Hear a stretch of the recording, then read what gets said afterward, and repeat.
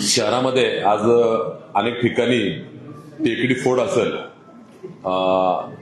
मग शहरातल्या अनेक ठिकाणी असेल, मग मार्केट यार्ड परिसर असेल, बावधान असेल, तर आयुक्तांना या संदर्भामध्ये आम्ही आज जसं माहिती घेतली, प्रश्न पण दिले की होऊ नये, इलिगल बांधकामावर कारवाई व्हायला पाहिजे, नक्की ती व्हायला पाहिजे, तो पार्ट वेगळाच आहे, पण टेकड्या ह्या राहायला पाहिजेत.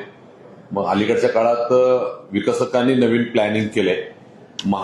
कलेक्टर ऑफिसमधून उत्खननाचा दाखला ते करतात, लेआउट टाकतात.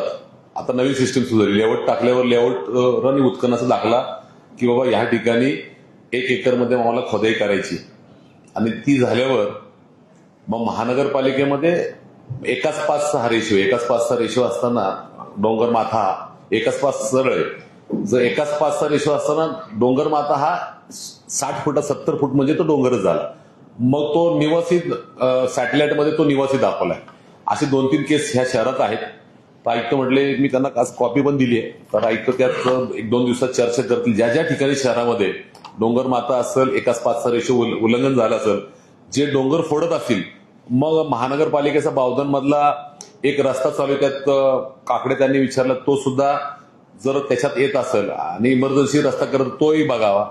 गंगाधाम मार्केट असेल आणि शहरात 2-3 ठिकाणी, मग कात्रज परिसर असेल, या ठिकाणी टेकडी फोड होता कामा नये, आणि महानगरपालिकेने नक्कीच यात लक्ष घातलं पाहिजे, असं सूचना त्यांना केल्यात.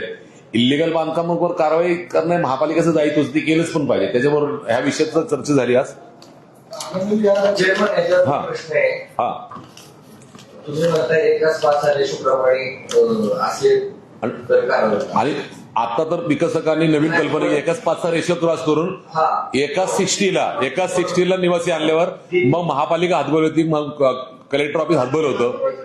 विकास आराखड्यामध्ये मुद्दा पण तो 2 निवासी दाखवला आहे.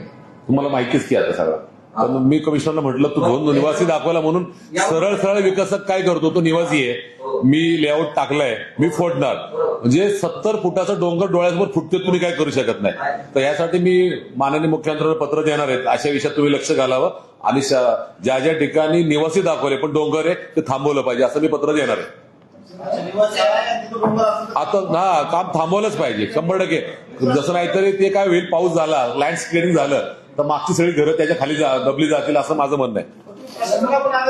नाही, आता स्वतः आयुक्त म्हणाले, याची मी माहिती घेतो, आणि मी साहेब म्हटलं, मी तर पत्र माननीय मुख्यमंत्र्यांना देणार आहे, ज्या ठिकाणी निवासी आहे, डोंगर आहे, पण त्याची कारवाई केली पाहिजे.